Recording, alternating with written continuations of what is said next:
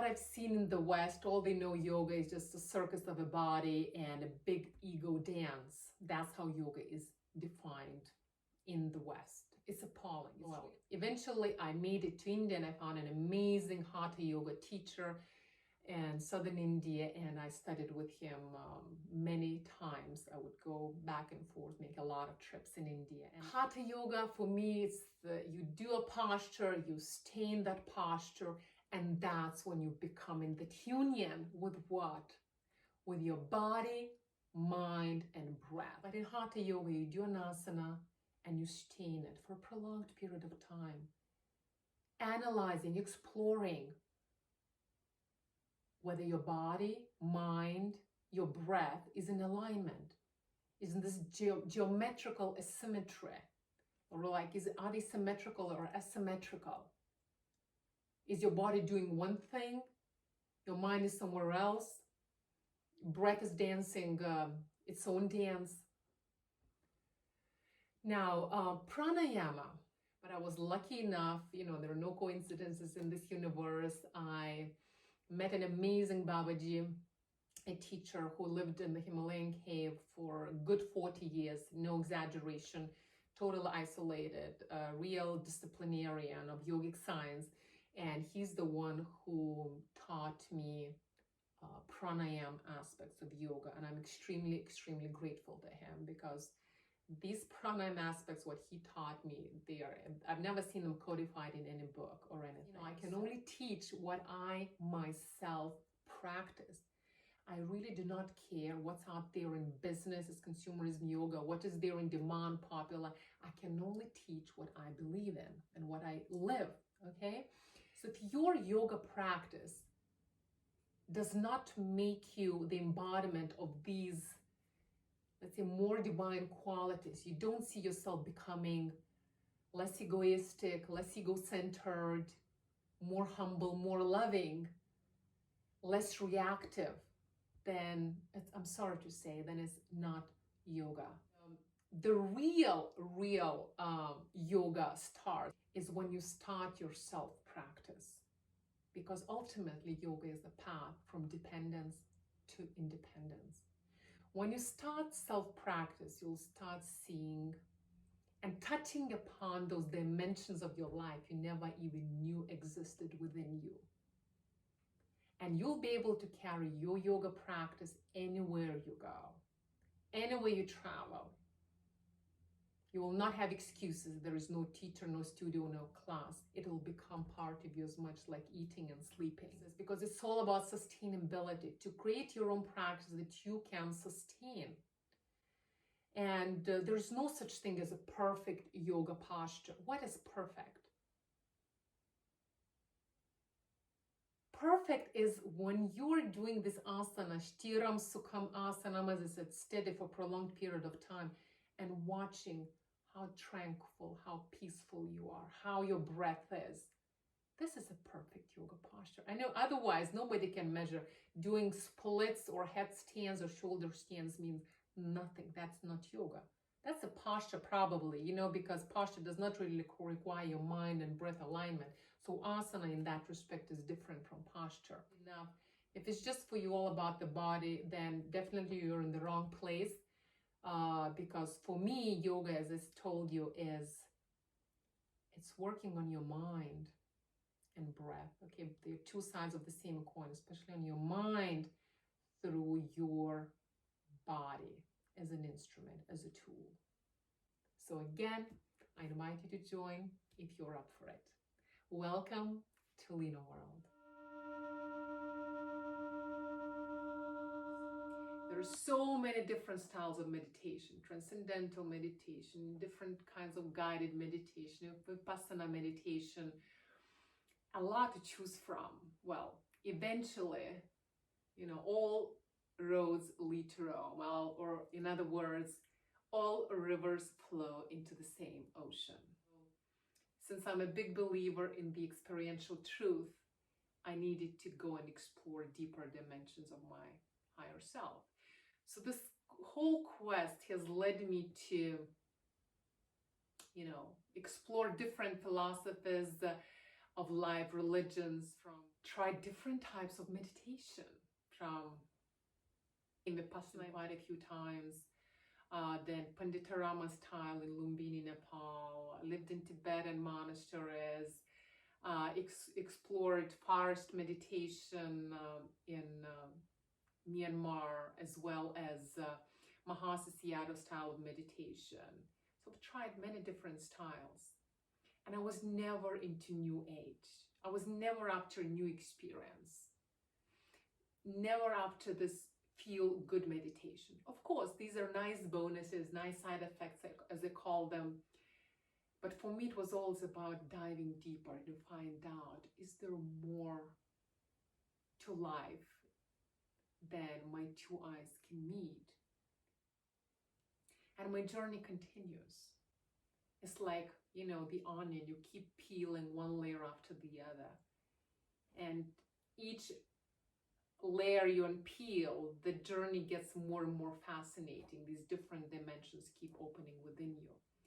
So only through embodying that light, finding that light within us, that we truly are our primordial selves, and sharing that light with others, can we actually see a real change in this world.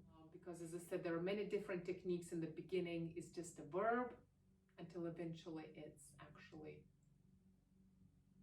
a noun. You are the meditation. You are meditation. Even these words eventually dissolve. There is no you, there is no meditation. It's just the are, or if I say I am, it's just the am finally is left, the amness. Welcome to Lina-World.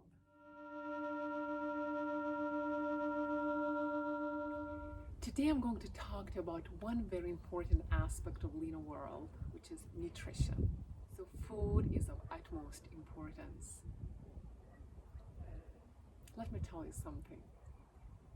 I'm just one lucky girl. Why?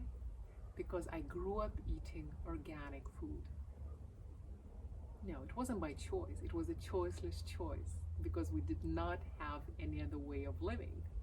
There was no other food available. We had a patch of land and we used to cycle one way, 40 minutes. We didn't have a car at the time. Take care of the land, cultivate it, do the gardening, and cycle back. Again, 40 minutes. And even to this day, I'm very much a village girl. Yes, ironically, I ended up living in most of the cosmopolitan cities in the world. But deep down in my heart, I'm still very much a village girl. I like to hang out with, in the local farmers markets, talk to locals. There's so much wisdom there. And a lot of the times, I hear, what is the best food to eat? What is the best diet for me? Let me tell you one thing. That one person's food might be another person's poison. There are so many factors involved. Your age, your genetics, your cultural upbringing, even, the soil and water you grew up on. And also, even if I give you a package and say this is your best food, with age that is going to change. With seasons going to change. With your travels that is going to change. And also how you expend your energy. Let's say if you're going through a stressful period in your life, then you will need different foods to replenish your body, to give back that energy that you expended through the stress or some physical workout or something else. It's a very customized approach. And we have to learn to tune into our bodies because our bodies talk volumes. We just need to listen, to learn to listen. There's so much more to food than what Western science claims. Western science is all about calories, carbs, protein, fats, some minerals, vitamins, you name it. But there is so much more to food. Food has its own energetics. So there is so much more to food than tangibly we can say, these are the numbers, these are the calories, this is how many grams of fat, how many grams of protein. There is a much deeper science behind this. And so through this Lina-World platform, I'm hoping not to guide you really, but to inspire you to lead a healthier life, to show you how not just to attain a healthier lifestyle, but how to sustain it. To attain something is much easier. To sustain it effortlessly, that's when it's going to be long-lasting. I'll show you that how for every dis-ease, there is a herb. Because as I said, as above, so below. We have to live in sync. Remember, you are and you can be your best doctor, especially with all the healthcare systems collapsing today. You can be your best doctor. And to take not just a curative approach, but more so a preventive approach. That's what I'm a big believer in. So I will take you to our little patch of land here. I'll show you how things grow. I'll also take you into my kitchen and share some simple recipes with you, simple way of cooking homemade food, because I believe in simple cooking and I grew up eating homemade food. I don't believe in restaurant white tablecloth dining. Not for me, I'm sorry. If you really want to lead a healthy life, I'll tell you most of the time, you have to make time for cooking and learn to. Just simple, basic way of cooking. I'll show you how to make tea decoctions out of herbs, how to make tinctures that again are curative and preventive. And not only we have to take care of this micro body, but we have to also start respecting our Mother Earth again. The soil, the trees, the flowers. We're using all these chemicals, fertilizers, God knows what, we don't even know what we're buying in the store. Everything is such perfect shapes and colors. Mother has a lot of imperfections that are perfect in themselves, but everything you see in a store, it looks like picture perfect. That's not how nature is. So once again, I invite you to join me on this journey, get inspiration, and share this healthful maybe recipes or tips of living a healthy life. Because as I said, once again, this is our duty and responsibility to keep this body, this instrument healthy. Because this is the only doorway we have towards the divine. So once again, welcome to Lina-World.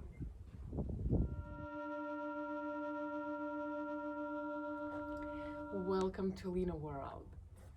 So today I want to talk to you about one aspect of Lina-World, which is travels. All these journeys, travels I've made, they were not just to tick that I visited another country related, but most importantly, it was an internal journey through the exposure to external cultures and through these external travels. Some people don't need these external journeys to dive deep with it. I needed those. Of course, the world has been put on a pause now due to the pandemic, on a good pause, on a very good pause to make us reflect and ponder, where are we headed with our lives? The world is on a standstill, it's stopped, and it's a good pause, because most of the time our life journey, our life trajectory is just horizontal, just superficial on the surface, moving, going, roaming. But what about the vertical journey, going deeper within ourselves and asking ourselves the question, what is this life all about? Where are we headed? Where are we going? What is the purpose? What am I here for? What am I doing? So there is time to move, there is time to pause. That my travel has always been going, immersing myself in local cultures, trying to understand people, what life means to them. So this whole travel became like a mirror to myself. So I'm going to take you on some of my journeys vicariously and show you how to travel respecting other cultures. Who said that the Western culture is the best culture? That the Western way is the best way? Like all these organizations and NGOs get established and trying to promote their own ways, that this is the way to live. But look what happened to all these credit card cultures. Are people happy? What is life? What are we here for? is just to run after another number. There's much more to life than the Western cultures promote. So I invite you to join me during my travels. So even when you travel yourself, see what happens inside of you, how you've grown, how your limitations have expanded. Because as I said, I've traveled so much, and not even just traveled across these continents, even walked on foot, for example, through India, from the most southern point of India, in Kanyakumari, all the way to Kashmir, 7,000 kilometers for a year and a half. Spend time in the upper and lower Himalayas, months, and they teach you a lot. We learn to expand our limitations, to deflate. I will learn to deflate my personhood. Only then some things can really happen inside of us. And I'm just a teeny tiny student of life, very humble to it. I'm not a teacher, as I said. I'm just sharing with you my little experiences of my own life, hoping that something will get triggered within you and inspire you to live a more conscious, more responsible life. Welcome to Lina-World.